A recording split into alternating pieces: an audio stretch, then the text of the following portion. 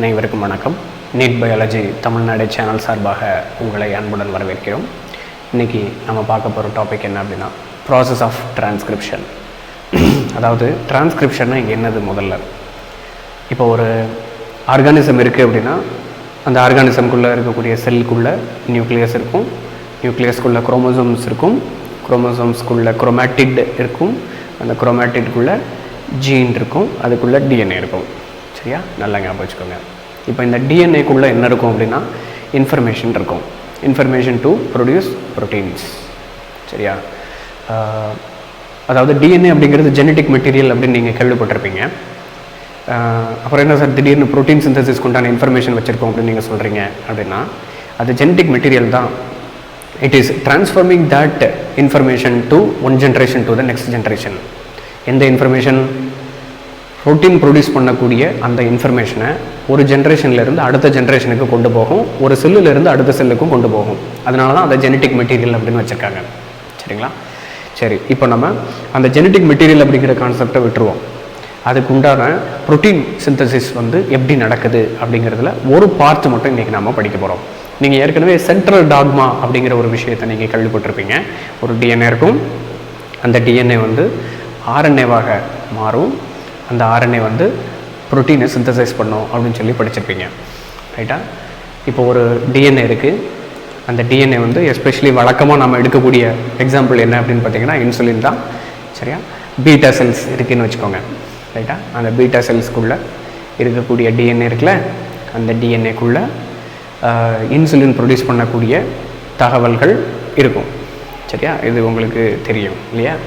இப்போ இந்த தகவல் இப்போ இந்த பீட்டா செல்ஸ் இன்சுலினை உற்பத்தி செய்கிறது அப்படின்னு நம்ம சொன்னேன் அப்படின்னா யார் உற்பத்தி செய்கிறது? அதுக்குள்ள தகவல்கள் இருந்துச்சுன்னா உற்பத்தி செஞ்சிருமா அப்படின்னா கிடையாது. அந்த டிஎன்ஏ அப்படிங்கிற ஒரு தகவல், அது தகவலை மட்டும் வச்சுக்கிட்டு இருக்கக்கூடிய ஒரு கெமிக்கல் தான் அந்த டிஎன்ஏ. சரிங்களா? டிஎன்ஏங்கிறது ஒரு கெமிக்கல் தான், அது ஒரு நியூக்ளிக் ஆசிட் தானே, அதனால தான் சொன்னேன். சரியா? இப்போ அந்த டிஎன்ஏக்குள்ள தகவல்கள் இருக்கும். அந்த தகவல்கள் அப்படியே தான் இருக்கும். அதை யார் போய் ரீட் பண்ணுவாங்க அப்படின்னா mRNA. சரிங்களா? mRNA ரீட் பண்ணி வெளியில் கொண்டு வரும். சரிங்களா? கொண்டு அந்த mRNA டிஎன்ஏல இருக்கக்கூடிய தகவல்களை இப்போ mRNA வச்சிட்ருக்கு. கரெக்டாக? ஓகே. டிஎன்ஏல இருக்கக்கூடிய தகவல்களை mRNA போய் ரீட் பண்ணுது. எப்படி ரீட் பண்ணுது அப்படிங்கிறத தான் நம்ம இங்கே பார்க்க போகிறோம். அதுக்கு பேர் தான் டிரான்ஸ்கிரிப்ஷன். சரியா? ரீட் பண்ணி வெளியில் எடுத்துகிட்டு வரும். டிரான்ஸ்லேஷன் அப்படிங்கிற ஒரு ப்ராசஸ் மூலமாக அந்த mRNA rRNA கிட்ட கொடுக்கும். சரிங்களா? rRNA அப்பவும் டிரான்ஸ்லேஷன் தான் நடக்கும். ஆக்சுவலி mRNA rRNA கிட்ட கொடுக்குறது அப்படிங்கிறது டிரான்ஸ்லேஷன் கிடையாது. அந்த rRNA அமினோ ஆசிடாக டிரான்ஸ்ஃபர் ஆகுது பார்த்தீங்களா, அண்ட் அமினோ ஆசிடை உருவாக்குது பார்த்தீங்களா, அந்த ப்ராசஸ் தான் டிரான்ஸ்லேஷன் அப்படின்னு சொல்லுவாங்க. சரியா? இப்போ நான் தெளிவாக சொல்கிறேன். இன்சுலின் ப்ரொடியூசிங் தகவல்கள் பீட்டா செல்குள்ளே இருக்கக்கூடிய டிஎன்ஏல இருக்குது. அதை mRNA போய் ரீட் பண்ணுது, வெளியில் rRNA கிட்ட கொடுக்குது. rRNA tRNA கிட்ட கொடுக்குது. tRNA ப்ரோட்டீனை ப்ரொடியூஸ் பண்ணுது. ரைட்டா? நல்லா ஞாபகம் வச்சுக்கணும். ரைட்டா? இன்னொரு வாட்டி சொல்கிறேன். mRNA it is reading the information from the DNA. அந்த இன்ஃபர்மேஷனை rRNA கிட்ட கொடுக்குது. As per the Godan the rRNA is producing the amino acid. Immediately that amino acid will be accepted by the tRNA and it will be bound to form protein. சரியா? புரோட்டீனுக்குள்ள amino acid இருக்கா, அப்போ amino ஆசிடை தானே முதல்ல form பண்ணணும். அந்த amino ஆசிடை முதல்ல form பண்ணுறது யார்? rRNA. ஞாபகம் வச்சுக்கோங்க. அந்த அமினோ ஆசிட் எந்த அமினோ ஆசிடை எப்பப்போ ப்ரொடியூஸ் பண்ணணும் அப்படிங்கிற இன்ஸ்ட்ரக்ஷனை கொடுத்தது யார்? mRNA. mRNA அந்த இன்ஸ்ட்ரக்ஷனை எங்கேருந்து படிச்சுட்டு வந்திருக்கு? டிஎன்ஏலேருந்து. நல்லா ஞாபகம் வச்சுக்கோங்க. இப்போ டிஎன்ஏ, mRNA, rRNA, tRNA, கடைசியில் ப்ரோட்டீன். இந்த ப்ராசஸை நல்லா ஞாபகம் வச்சுக்கோங்க. இப்போ நாம் டிரான்ஸ்கிரிப்ஷன்னா என்ன அப்படின்னா இந்த டிஎன்ஏ கிட்ட போய் mRNA ரீட் பண்ணிவிட்டு வெளியில் வருது பார்த்தீங்களா, அதுதான் டிரான்ஸ்கிரிப்ஷன். இது ப்ரொகேரியாட்டில் ஒரு மாதிரி நடக்கும், யூகேரியாட்டில் ஒரு மாதிரி நடக்கும். நல்லா ஞாபகம் வச்சுக்கோங்க. ப்ரொகேரியாட்னா என்னது? நியூக்ளியஸ் கிடையாது. யூகேரியாட்னா என்னது? ட்ரூ நியூக்ளியஸ் உண்டு. சரியா? முதல்ல ப்ரொகேரியாட்டில் எப்படி இந்த டிரான்ஸ்கிரிப்ஷன் நடக்குது அப்படிங்கிறத நம்ம பார்க்கலாம். சரியா? ஸோ ஃபஸ்ட்டு ப்ரொகேரியாட்ஸில் ரெண்டு ப்ராசஸ் நடக்குங்க எப்போதுமே. டிரான்ஸ்கிரிப்ஷன் ப்ராசஸில் ரெண்டு ப்ராசஸ் நடக்கும். ஒன்று இனிஷியேஷன், இன்னொன்று டெர்மினேஷன். சரியா? இப்போ ஒரு டிஎன்ஏ செக்மெண்ட் இருக்குன்னு வச்சுக்கோங்களேன். அந்த டிஎன்ஏ செக்மெண்ட்டில் ஸ்டார்டிங் கோடான், எண்டிங் கோடான்னு நீங்கள் படிச்சிருப்பீங்க. ரைட்டா? ஸ்டார்டிங் கோடான், எண்டிங் கோடான்னு நீங்கள் படிச்சிருப்பீங்க. கோடான்னா என்ன அப்படிங்கிறது வந்து தனியாக வேறு ஒரு வீடியோவில் நான் பேசுகிறேன். சரியா? ஸோ இப்போதைக்கு நீங்கள் ஞாபகம் வச்சுக்க வேண்டியது என்ன அப்படின்னா, ஒரு டிஎன்ஏ செக்மெண்ட்டில் இன்சுலின் ப்ரொடியூஸ் பண்ணுறதுக்கு உண்டான டிஎன்ஏ செக்மெண்ட் அப்படின்னு வச்சுக்கோங்க. இன்சுலினில் வந்து 51 அமினோ ஆசிட் இருக்குது. அந்த 51 அமினோ ஆசிடும் லெஃப்ட்லேருந்து ரைட் சைடு வரைக்கும் அதுக்கு உண்டான இன்ஃபர்மேஷன் இருக்குதுன்னு வச்சுக்கலாம்.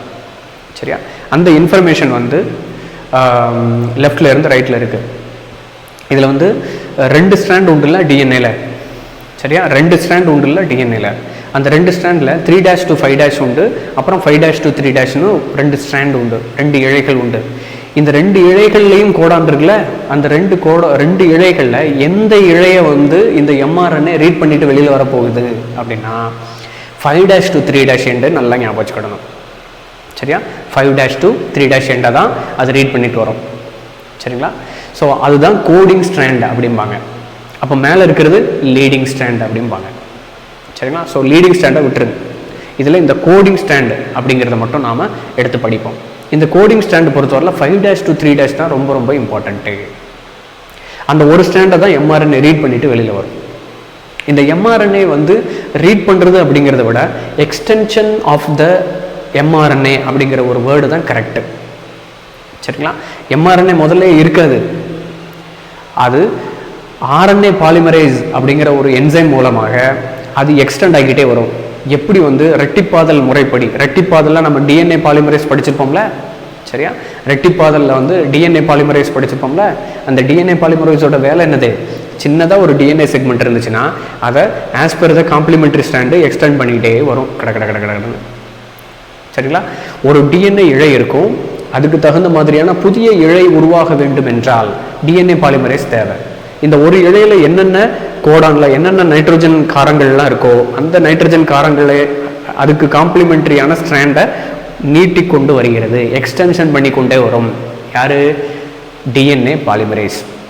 அதே மாதிரி ஆர்என்ஏ பாலிமரேஸ் என்ன பண்ணும் அப்படின்னாக்க, ஒரு டிஎன்ஏல இருக்கக்கூடிய 5' 3' ஸ்ட்ராண்ட் இருக்கு இல்லையா, அந்த ஸ்ட்ராண்டில் இருக்கக்கூடிய தகவல்களை ஆர்என்ஏ லாங்குவேஜாக மாற்றி ஆர்என்ஏவை வந்து நீட்சியடை செஞ்சு ஆர்என்ஏ ஸ்ட்ராண்டு கடைசியில் நமக்கு கிடச்சிரும். புரியுதுங்களா? ஸோ அதுக்கு உண்டான டயக்ராம் வந்து உங்களுக்கு கொடுக்கப்பட்டுள்ளது. ஸோ இது வந்து ஸ்டேட் போர்டு புக்கில் இருந்து எடுத்த டயக்ராம். இது சிபிஎஸ்சி புக்லையும் இதே மாதிரி தெளிவாக கொடுக்கப்பட்டிருக்கும். நீங்கள் அதையும் நீங்கள் பார்த்துக்கலாம், இதையும் நீங்கள் பார்த்துக்கலாம். ஸோ ஃபர்ஸ்ட் ஆஃப் ஆல் ஒரு டிஎன்ஏ செக்மெண்ட் இருக்குது. சரியா? இந்த டிஎன்ஏ செக்மெண்ட்டில் 5' எண்டு இந்த இருக்குது பார்த்தீங்களா, இதுதான் 5' எண்டு. பிங்க் கலரில் இருக்குது பார்த்தீங்களா, அதான் 5' எண்டு to 3' எண்டு. அதை தான் நம்ம காப்பி எடுக்க போகிறோம். யார்? mRNA காப்பி எடுக்க போகுது. சரியா? இதில் இந்த ஆல்ரெடி உங்களுக்கு ப்ரொமோட்டர் அப்படிங்கிற ஒரு கான்செப்ட் உங்களுக்கு தெரியும்னு நினைக்கிறேன். ப்ரொமோட்டர் அப்படிங்கிறது வந்து it is releasing the polymerase enzyme always. ரைட்டா? இது லாக்கோபரான் கான்செப்டில் உங்களுக்கு தெரிஞ்சிருக்கும். நீங்கள் லாக்கோபரான் வீடியோ பார்த்துட்டு வந்தீங்க அப்படின்னாக்கா உங்களுக்கு இந்த ப்ரொமோட்டர்னா என்ன அப்படிங்கிற விஷயம் உங்களுக்கு தெரிய வரும். சரியா? ப்ரொமோட்டர் அப்படிங்கிறது வந்து it is releasing the polymerase enzyme. நல்லா ஞாபகம் வச்சுக்கோங்க. அது டிஎன்ஏவோ ஆர்என்ஏவோ ப்ரொமோட்டர் அப்படின்னா வந்து it is helpful for the release of polymerase enzymes. ஞாபகம் வச்சுக்கோங்க. இப்போ இந்த சிக்மா ஃபேக்டர், ஓகே, ஆக்சுவலாக வந்து ஆர்என்ஏ பாலிமரேஸ் இருக்குது. அது சிக்மா ஃபேக்டர், இது ப்ரொமோட்டர் மூலமாக ஆர்என்ஏ பாலிமரேஸ் ரிலீஸ் ஆயிடுச்சு. ரைட்டா? இந்த இடத்துல சிக்மா ஃபேக்டர் இருக்குது. இந்த சிக்மா ஃபேக்டர் வந்து இருந்துச்சு அப்படின்னா அது இனிஷியேஷன் ஆகும். ஞாபகம் வச்சுக்கோங்க. சரிங்களா? சிக்மா ஃபேக்டர் இருந்து ஆர்என்ஏ பாலிமரேஸ் இருந்துச்சு அப்படின்னாக்க டிரான்ஸ்கிரிப்ஷன் ப்ராசஸ் வந்து இனிஷியேட் ஆகும். டிரான்ஸ்கிரிப்ஷன் அப்படின்னா என்ன அர்த்தம்? டிஎன்ஏல 5' எண்டிலிருந்து 3' எண்டில் இருக்கக்கூடிய சிங்கிள் ஸ்ட்ராண்டில் இருக்கக்கூடிய கோடான்ஸ்லாம் இருக்குல்ல, நைட்ரோஜனஸ் பேசஸ், ட்ரிப்ளெட் கோடான்பாங்க. அந்த கோடன் எல்லாம் mRNAக்குள்ள காப்பி ஆகக்கூடிய ப்ராசஸ்க்கு பேர் தான் இந்த டிரான்ஸ்கிரிப்ஷன். ஞாபகம் வச்சுக்கோங்க. ரைட்டா? அப்போ இந்த இடத்துல ஸ்டார்ட் ஆகுது. அப்போ இதுக்குள்ளே இருக்கக்கூடிய நைட்ரஜன் காரங்கள்லாம் என்னென்னவோ அந்த நைட்ரஜன் காரங்களுக்கு ஆப்போசிட்டாக இருக்கக்கூடிய காம்ப்ளிமெண்டரி ஸ்ட்ராண்ட் வந்து it has been created in this RNA. Start ஆயிடுச்சா? ஓகே, ஸ்டார்ட் ஆகி எலாங்கேஷன் ஆக ஆரம்பிச்சிருச்சு. எலாங்கேஷனை யார் பண்ணது? Polymerase enzyme. இனிஷியேஷன் யார் பண்ணது? Sigma factor. சரியா? சிக்மா ஃபேக்டர் இனிஷியேட் பண்ணுது, பாலிமரேஸ் வந்து எக்ஸ்டெண்ட் பண்ணுது. அப்போ இதில் இருக்கக்கூடிய கோடிங் சீக்வன்ஸ் இருக்குல்ல, அதுவும் இதில் இருக்கக்கூடிய கோடிங் சீக்வன்ஸும் மேட்சிங்காக இருக்கும், காம்ப்ளிமெண்ட்ரியாக இருக்கும் அப்படிங்கிற ஒரு வார்த்தை தான் கரெக்டு. சரியா? காம்ப்ளிமெண்ட்ரியாக இருக்கும். ஸோ இதில் காம்ப்ளிமெண்ட்ரியாக ஸ்டாண்ட் ஃபார்ம் ஆகிறத பாருங்கள், தெளிவாக போட்டிருக்காங்க உங்களுக்கு. இதில் இருக்கக்கூடிய அடினைன் இருந்துச்சு அப்படின்னா ஆப்போசிட்டில் யுராசில் இருக்கும், இந்த சைடு ஜி இருந்துச்சு அப்படின்னா சி இருக்கும். அப்போ இதுக்கு காம்ப்ளிமெண்ட்ரியான ஒரு ஸ்டாண்டை இந்த ஆர்என்ஏ வந்து ப்ரொடியூஸ் பண்ணி வெளியில் தள்ளுது, ஆர்என்ஏ பாலிமரேஸ். அப்போ இதுதாங்க எம்ஆர்என்ஏ. சரியா? இதுதான் எம்ஆர்என்ஏ, ஞாபகம் வச்சுக்கோங்க. இப்போ இந்த இடத்துலையும் சிக்மா தான் வேலை செஞ்சுட்டு இருக்கு. சரியா? அதே போல் இந்த இடத்துல வந்து பார்த்தீங்க அப்படின்னாக்கா ரோ ஃபேக்டர் அப்படிம்பாங்க. இந்த ரோ ஃபேக்டர் வந்து என்ன பண்ணும் அப்படின்னாக்கா அதை கம்ப்ளீட் பண்ணி முடிச்சு வைக்கும். சரிங்களா? ரோ ஃபேக்டர் அப்படிங்கிறது வந்து கம்ப்ளீட் பண்ணி முடிச்சு வைக்கும். அதாவது ஆர்என்ஏ பாலிமரேஸ் கூட ரோ ஃபேக்டர் சேர்ந்துச்சு அப்படின்னாக்கா அது டெர்மினேஷன் ஆகும். எது டெர்மினேஷன் ஆகும்? டிரான்ஸ்கிரிப்ஷன் அப்படிங்கிற ப்ராசஸ் டெர்மினேஷன் ஆகும். அதாவது இங்கே இருக்கக்கூடிய இன்ஃபர்மேஷனை இதை எடுத்துக்கிட்டே இருக்கும், எடுத்து முடிக்கும்போது எக்ஸாக்ட்லி ரோ ஃபேக்டர் வந்து ஜாயின் ஆனதுக்கப்புறம் அந்த இடத்துல கட் ஆயிரும், முடிஞ்சு போச்சு. சரியா? ஸோ இப்போ நமக்கு எம்ஆர்என்ஏ ஸ்டாண்டு கிடச்சிது. இந்த எம்ஆர்என்ஏ ஸ்டாண்டு எங்கேருந்து கிடச்சிருக்கு? எம்ஆர்என்ஏ ஸ்டாண்டுக்குள்ளே என்ன இருக்கும் அப்படின்னா இந்த 5' எண்டில் இருந்து 3' எண்டு வரைக்கும் இருக்கக்கூடிய தகவல்கள் இருக்குல்ல, நைட்ரோஜன் காரங்கள், அதுக்கு காம்ப்ளிமெண்ட்ரியான ஒரு ஸ்டாண்டு இந்த இடத்துல ஃபார்ம் ஆயிருக்கு.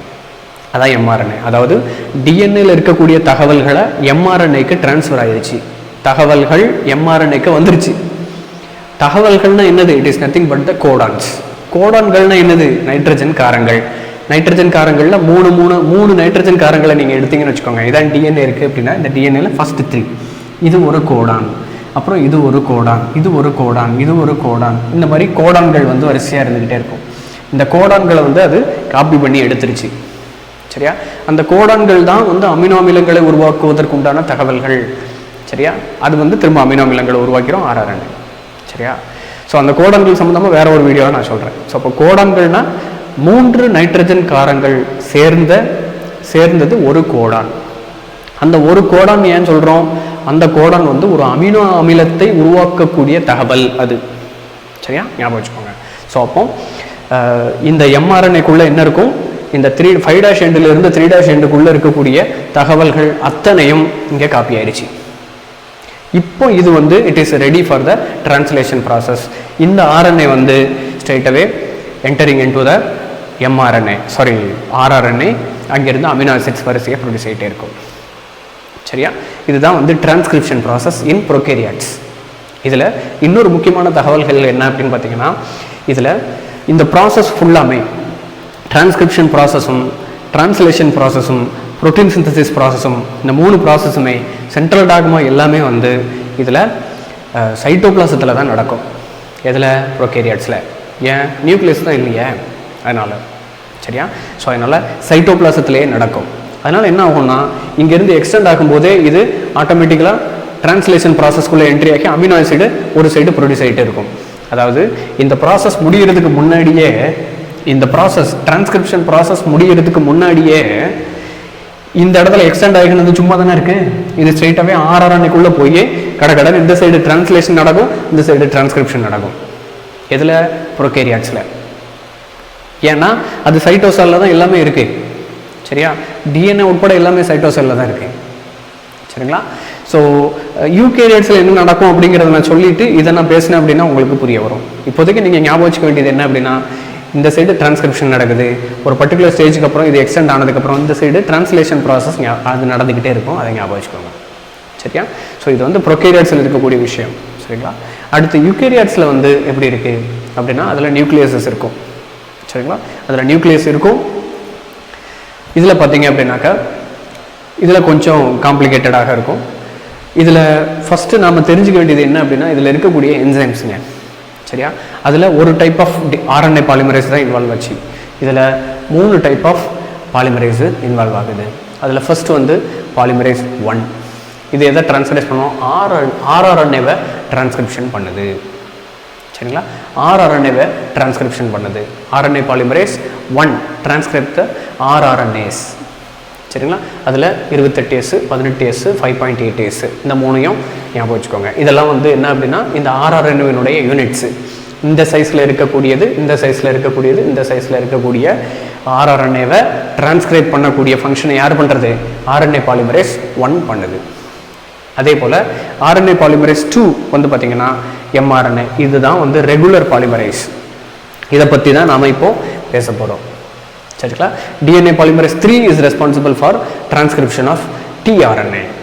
சரியா? இந்த ரெண்டையும் நீங்கள் மைண்டில் வச்சுக்கோங்க. பாலிமரேஸ் 1 அண்ட் பாலிமரேஸ் 3 மைண்டில் வச்சுக்கோங்க. இப்போ நாம் ஃபுல் அண்ட் ஃபுல் பேச போகிறது இந்த பாலிமரேஸ் 2 பற்றி தான். சரிங்களா? இந்த பாலிமரேஸ் 2ல் என்ன பண்ணுறாங்க, என்ன எப்படி பண்ண போகுது அப்படிங்கிறத பார்த்தீங்கன்னா அதுதான் இங்கே இன்வால்வ் ஆகுது. சரியா? இந்த இடத்துல இன்வால்வ் ஆகக்கூடிய பாலிமரேஸ் வந்து பார்த்திங்கன்னா பாலிமரேஸ் 2. சரியா? இந்த பாலிமரேஸ் 2 அதே போல் இங்கே இனிஷியேஷன் பண்ணது, இனிஷியேஷன் பண்ணி mRNA செயின் வந்து எக்ஸ்டெண்ட் ஆகுது. இப்போ ப்ரோகேரியாட்டுக்கும் யூகேரியாட்டுக்கும் நடுவில் இருக்கக்கூடிய டிஃப்ரென்சஸ் என்ன அப்படின்னா ஒரே ஒரு டிஃப்ரென்ஸ் தான். எங்கள் ப்ரோகேரியாட்டில் எப்படி 5' எண்டிலிருந்து சரியா 3' எண்டுக்கு இந்த விஷயங்கள் நடந்ததோ அதே போல தான் இங்கேயும் 5' எண்டிலிருந்து 3' எண்டுக்கு இது நடக்குது, டிரான்ஸ்கிரிப்ஷன் நடக்குது. அப்படி நடக்கும் பொழுது mRNA செயின் வந்து வெளியில் எக்ஸ்டெண்ட் ஆகி வெளியில் வருது. ப்ரோகேரியாட்டில் என்ன நடந்ததோ அதே தான் இங்கேயும் நடக்குது.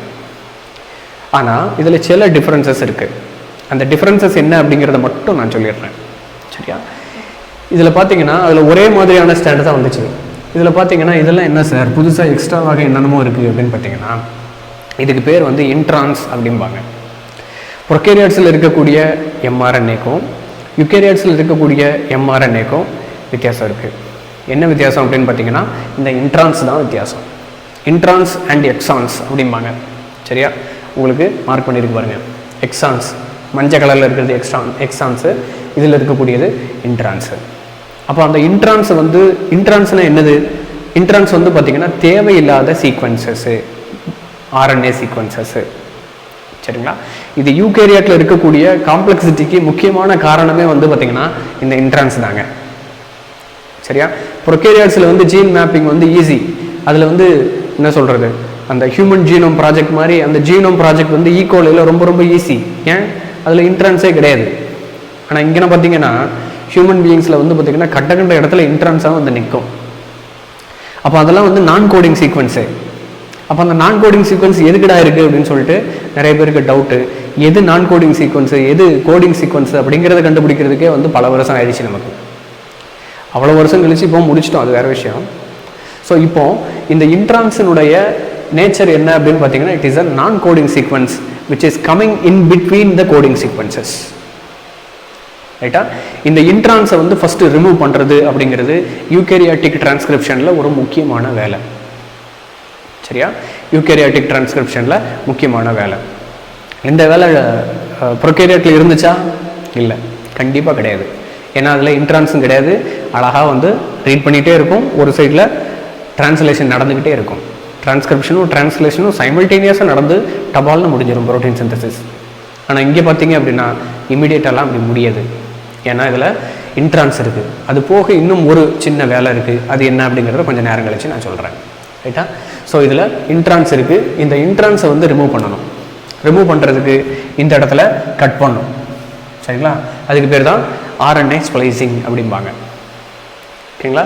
இந்த இடத்துல கட் பண்ணுறதுக்கு ஸ்ப்ளைசோசோம்ஸ் அப்படின்னு சொல்லிட்டு சில டெக்னிக், சில சப்ஸ்டன்ஸ் இருக்குது. ஸ்ப்ளைசோசோம் மீடியேட்டட், அதுக்கப்புறம் செல்ஃப் லைகேட்டட் மீடியம், செல்ஃப் லைகேட்டட் அப்படின்னு சொல்லிட்டு ரெண்டு முக்கியமான ஒரு கான்செப்ட் இருக்குது. சரியா? ஸோ இந்த மாதிரியாக ஏதாவது ஒரு மெத்தடை பயன்படுத்தி அதுலேயும் ஸ்ப்ளைசோசோம்ஸ் தான் மெயினாக இதில் இன்வால்வ் ஆகுது. ஸ்ப்ளைசோசோம் மீடியேட்டட் RNA ஸ்ப்ளைசிங். சரியா?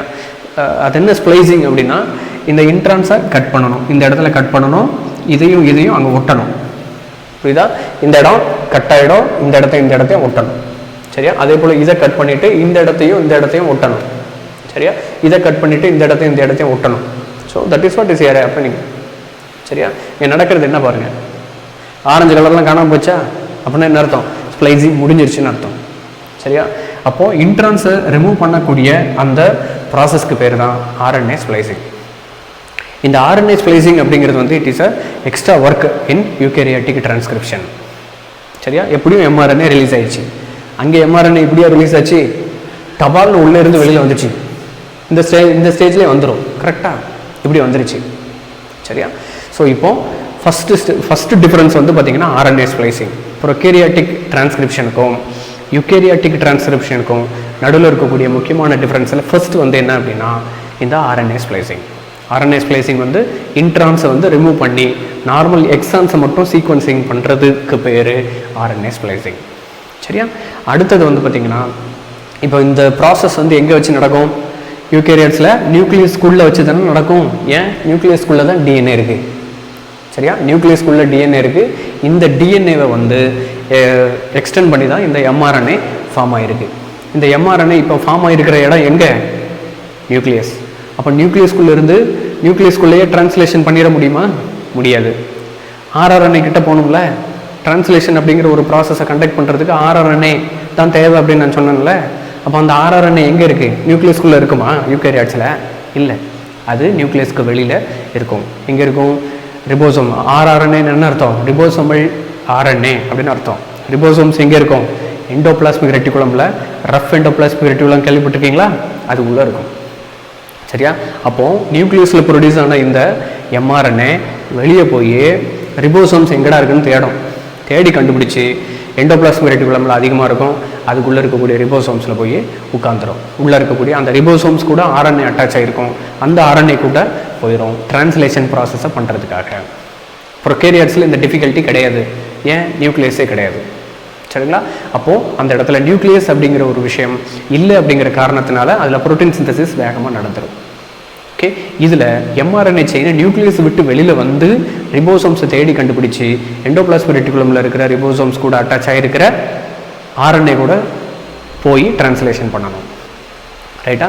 சரி, இந்த விஷயத்தை எப்படி அதுக்கு தெரியுது, எங்கே ரிபோசோம்ஸ் இருக்குன்னு எப்படி கண்டுபிடிக்குது அப்படிங்கிறதுக்காக தான் இதுக்கு அடுத்த ப்ராசஸ், தட் இஸ் வாட் இந்த கேப்பிங் அண்ட் பாலிஅடினைலேஷன். சரியா? Capping and polyadenylation. இந்த கேப்பிங் அண்ட் பாலிஅடினைலேஷன் நடந்துச்சுன்னா ரெண்டு பெனிஃபிட் நமக்கு கிடைக்கிது. அதில் முதல் பெனிஃபிட் நான் சொல்லிட்டேன். இப்போ என்ன? நியூக்ளியஸ்லேருந்து வெளியில் வந்து அது ரிபோசோம்ஸை கண்டுபிடிச்சி போகிறதுக்கு கைட் பண்ணுறது யார் அப்படின்னா இந்த ஹெட் ரீஜன். இந்த கேப்பிங் அப்படிங்கிற ஒரு ப்ராசஸ் நடந்து முடிஞ்சு டெய்லிங் நடந்து முடிஞ்சால் தான் அது ரிபோசோம்ஸை நோக்கி போகும். சரியா? ரெண்டாவது என்ன அப்படின்னாக்கா it is a packing sequence. கரெக்டாக இது பேக் ஆயிரும். இந்த இடத்துல ஸ்டார்டிங் கோடான் இருக்கும், ஏயுஜி இருக்கும், இந்த இடத்துல எண்டிங் கோடான் இருக்கும், இந்த இடத்துல இருக்கும். சரியா? இதுக்கு அடுத்து இந்த இடத்துல டெயில் ரீஜன் வந்து ஃபார்ம் ஆகிருக்கும். சரிங்களா? டெயில் ரீஜன் ஃபார்ம் ஆகிருக்கும். சரியா? ஸோ இந்த கேப்பிங் அண்ட் டெய்லிங் இது எப்படி நடக்குது அப்படிங்கிறத நாம் பேசுவோம். சரிங்களா? கேப்பிங் அப்படிங்கிறது வந்து ஃபார்மேஷன் ஆஃப் ஹெட் ரீஜன், டெய்லிங் அப்படிங்கிறது வந்து ஃபார்மேஷன் ஆஃப் டெயில் ரீஜன். சரிங்களா? கேப்பிங் அண்ட் பாலிஅடினைலேஷன் அப்படின்னா டெயில் ஃபார்ம் ஆகக்கூடிய அந்த ரியாக்ஷனுக்கு பேர் பாலிஅடினைலேஷன். ரெண்டுமே கெமிக்கல் ரியாக்ஷன் தான். It is a DNA segment. இந்த டிஎன்ஏ செக்மெண்ட்டில் இந்த ஃபர்ஸ்ட்டில் இருக்கக்கூடிய நியூக்ளியோடைடு சீக்வன்ஸ் இருக்குல்ல, அந்த நியூக்ளியோடைடு சீக்வன்ஸில் அட்டாச் ஆகிருக்கக்கூடிய பாஸ்பேட் இருக்குல்ல, அந்த பாஸ்பேட் கூட குவானசின் ட்ரைபாஸ்பேட் வந்து ஆட் ஆகும். இதை தான் வந்து நான் உங்களுக்கு சொல்லியிருப்பேன். இன் யூகேரியாட்ஸில் capping 5' end with methyl guanosine triphosphate. முதல்ல இருக்கிறது நம்ம படிச்சிட்டோம். To remove the introns by splicing அப்படிங்கிறது இன்ட்ரான்ஸை ரிமூவ் பண்ணுறது.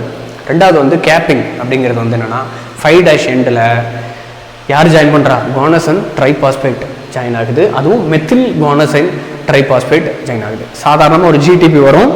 அந்த ஜிடிபி வந்து 5' endல இருக்கக்கூடிய நியூக்ளியோடைடு கூட சேர்ந்தும் அந்த ரியாக்ஷனுக்கு பேர் மெத்திலேஷன் ரியாக்ஷன். மெத்திலேஷன்னா ஆடிங் ஆஃப் மெத்தில் குரூப். ரைட்டா?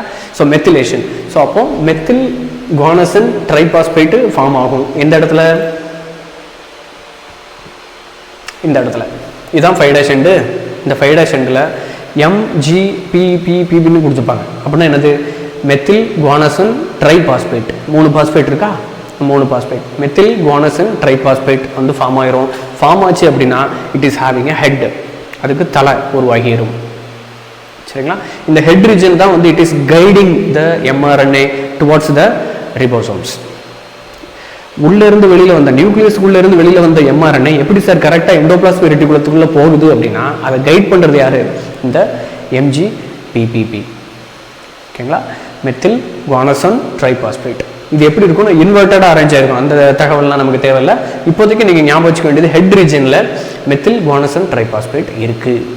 இந்த இந்த இந்த formation of this substance is called as capping. சரிங்களா? Formation of this substance is called as capping. ஞாபகம் வச்சுக்கோங்க. இதுக்கு அடுத்த ஸ்டெப்பு டெய்ல் எப்படி ஃபார்ம் ஆகுது இந்த இடத்துல. சரிங்களா? அதை நம்ம பார்க்கலாம். ஸோ டெய்லிங் பொறுத்தவரையில் அடிஷன் ஆஃப் பாலிஅடினைலேட் ரெசிடியூஸ். சரிங்களா? அடினைலேட் ரெசிடியூஸ். அடினைலேட் ரெசிடியூஸ் அப்படின்னா ரொம்ப பெரிய விஷயம் கிடையாது. Formation of adenine. அடினைன்னா ஏ, நைட்ரோஜனஸ் பேசிஸில் ஏ இருக்குல்ல. ஸோ இந்த இடத்துல வந்து பார்த்தீங்கன்னா இந்த இடத்துல ஸ்டார்டிங் சீக்வன்ஸ் இருக்கும், அதாவது AUG இருக்கும், ஸ்டார்டிங் கோடான். இந்த இடத்துல எண்டிங் கோடான் இருக்கும். சரிங்களா? இந்த இடத்துல எண்டிங் கோடான் இருக்கும். இந்த எண்டிங் கோடானுக்கு அடுத்தது ஃபுல்லாமே வந்து ஏ ஏ ஏ ஏ ஏ ஏ ஏ அப்படின்னு சொல்லிட்டு நிறைய ஏ இருக்கும். ஏ அப்படின்னா என்னது? அடினைன். சரிங்களா? அடினைன் அப்படிங்கிற ஒரு நைட்ரஜன் பேஸு இந்த இடத்துல ஜாயின் ஆகிட்டு இருக்கும். ஒன்றும் இல்லை, நிறைய ஜாயின் ஆகிட்டு இருக்கும் 3' எண்டில். அப்படி ஜாயின் ஆகிற அந்த ப்ராசஸ்க்கு பேர் தான் பாலிஅடினைலேஷன். சரிங்களா? ஸோ இதை நல்லா ஞாபகம் வச்சுக்கோங்க. ஸோ அப்போது டிரான்ஸ்கிரிப்ஷன் பொறுத்தவரையில் இந்த இடத்துல 3 முக்கியமான ப்ராசஸ் நடக்குது யூகேரியாட்ஸில். ஒன்று வந்து ஸ்ப்ளைசிங். RNA ஸ்ப்ளைசிங் அப்படிங்கிறது இன்ட்ரான்ஸை ரிமூவ் பண்ணி கரெக்டான சீக்வன்ஸில், இந்த இடத்துல சீக்வன்ஸ் மிஸ் ஆகுமா அப்படின்னா மிஸ்ஸே ஆகாது. எக்ஸாக்ட்லி என்ன ப்ரோட்டீன் ப்ரொடியூஸ் ஆகணுமோ அந்த ப்ரோட்டீனுக்கு உண்டான இன்ஃபர்மேஷன் கொஞ்சம் கூட மாறாது ஆஃப்டர் த ஸ்ப்ளைசிங். இதை நல்லா ஞாபகம் வச்சுக்கணும். சார் இன்ட்ரான்ஸை கட் பண்ணும்போது எக்ஸான்ஸ் வந்து கட் ஆகிடுச்சுன்னா கட்டே ஆகாது, கவலைப்படாதீங்க. சரியா? ஏன்னா பயாலஜிக்கல் ப்ராசஸஸ் அப்படிங்கிறது வந்து இட் இஸ் ஹைலி ஸ்பெசிஃபிக். அதுக்குள்ளே ஏதாவது ஒரு என்சைம் இன்வால்வ் ஆச்சு அப்படின்னா அந்த enzyme exactly it is specific on to the site. கரெக்டாக அந்த சைட்டில் மட்டும் தான் வேலை செய்யும். வேறு எந்த சைட்லையும் போய் வேறு எதுவும் பண்ணாது.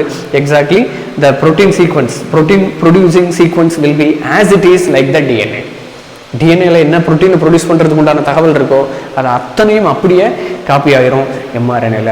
Even though the introns are produced, even though the RNA splicings are done. சரிங்களா?